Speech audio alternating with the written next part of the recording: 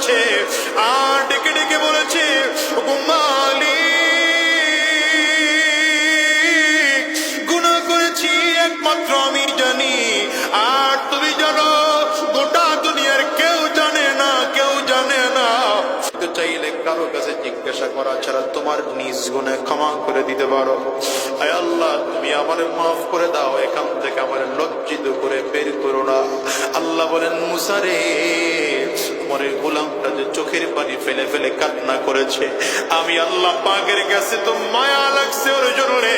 আমি আল্লাহ পাকের কুদরতি অন্তরের মধ্যে জোশ তৈরি হয়ে গিয়েছে। এ মুসা, আমি আল্লাহ আমার বান্দার তওবা কবুল করে নিয়া আমি আল্লাহ ওই বান্দার জন্য জমিনে বৃষ্টি দিলাম।